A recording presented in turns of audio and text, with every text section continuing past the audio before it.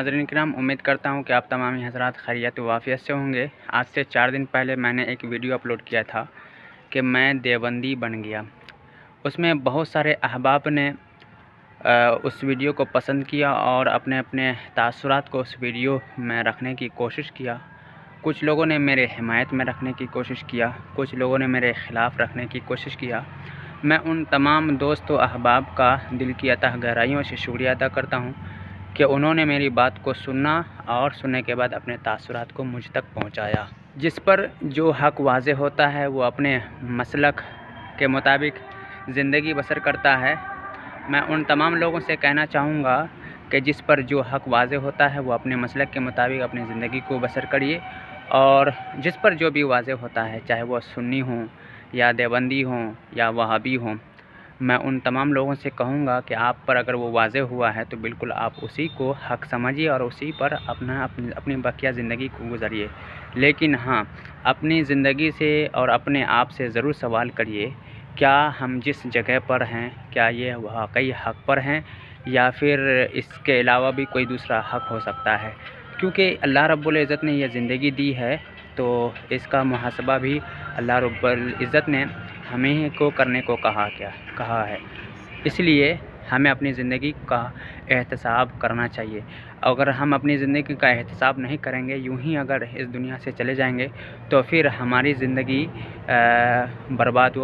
برباد ہو جائے گی، تو پھر ہماری زندگی برباد ہو جائے گی۔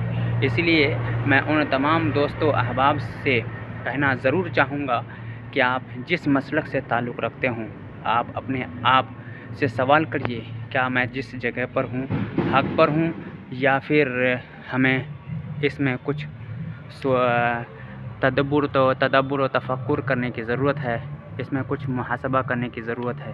اگر محاسبہ کرنے کی ضرورت ہے تو بالکل آپ محاسبہ کریے، کیونکہ اللہ رب العزت قرآن پاک میں ارشاد فرماتا ہے وَكُلَّ شَيْءٍ أَحْصَيْنَاهُ كِتَابًا، ہم نے ہر چیز کو ایک کتابی شکل میں شمار کر رکھا ہے، چاہے اس کے اعمالیات میں سے ہوں یا ایمانیات میں سے ہو۔ اعمال تبھی ان کا قبول ہوگا جب کہ اس کا ایمان مکمل طریقے سے ہوگا، اور ایمان مکمل تبھی ہوگا جب اللہ اور اس کے رسول صلی اللہ علیہ وسلم کے تمام فرامین پر عمل کیا جائیں اور تمام فرامین کو دل اور زبان سے اقرار بھی کریں۔ جب ہم اقرار نہیں کریں گے تو پھر ہمارا کیا ہوا سارا دھرا رہ جائے گا، لیکن وہ اللہ کی بارگاہ میں کبھی قبول نہیں ہو سکتا ہے، کیونکہ ہمارے پاس ایمان نہیں ہے۔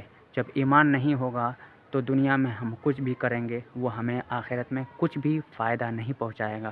اس لیے اپنے ان دوستوں سے میں پھر سے کہنا چاہ رہا ہوں کہ اپنے آپ کا ایمانی اعتبار سے محاسبہ ضرور کریں کہ ایمان میں پکے کون لوگ ہوتے ہیں اور کون لوگ ہوں گے، تو اس کا ضرور آپ محاسبہ کریے۔